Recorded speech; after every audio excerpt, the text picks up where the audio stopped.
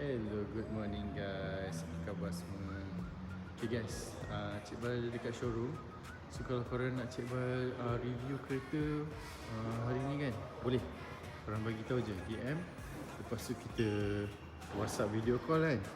Kita review satu-satu. Yang dekat depan ni adalah WRV. Yang ni RS spec lah. Tengok dia punya grey pun cantik kan.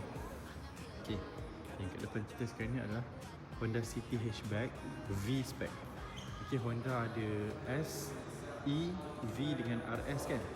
So S tu standard, E tu enhance, V tu value lah. Maksudnya high spec lah. And then RS ni kira full spec lah. Okay, RS full spec. And then RS sekarang kita ada dua jenis lah. Satu yang petrol, satu lagi yang PHEV, hybrid lah.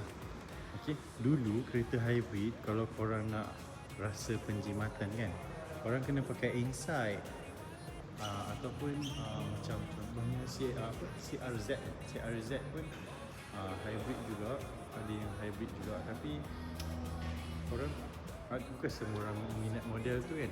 Okay, sekarang Honda dah sediakan teknologi hybrid tu dekat semua model kita. So sekarang kat depan kita adalah Civic. Untuk RS ada RS petrol dengan RS EHEV juga. Okay, ini HRV guys, HRV. Okay, yang ni V spec. Okay, kat depan kita sekarang ni adalah CRV.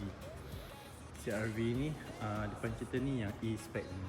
E spec ni dia EHEV lah.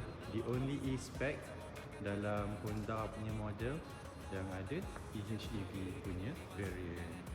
Okay guys, boleh DM Cik Bal.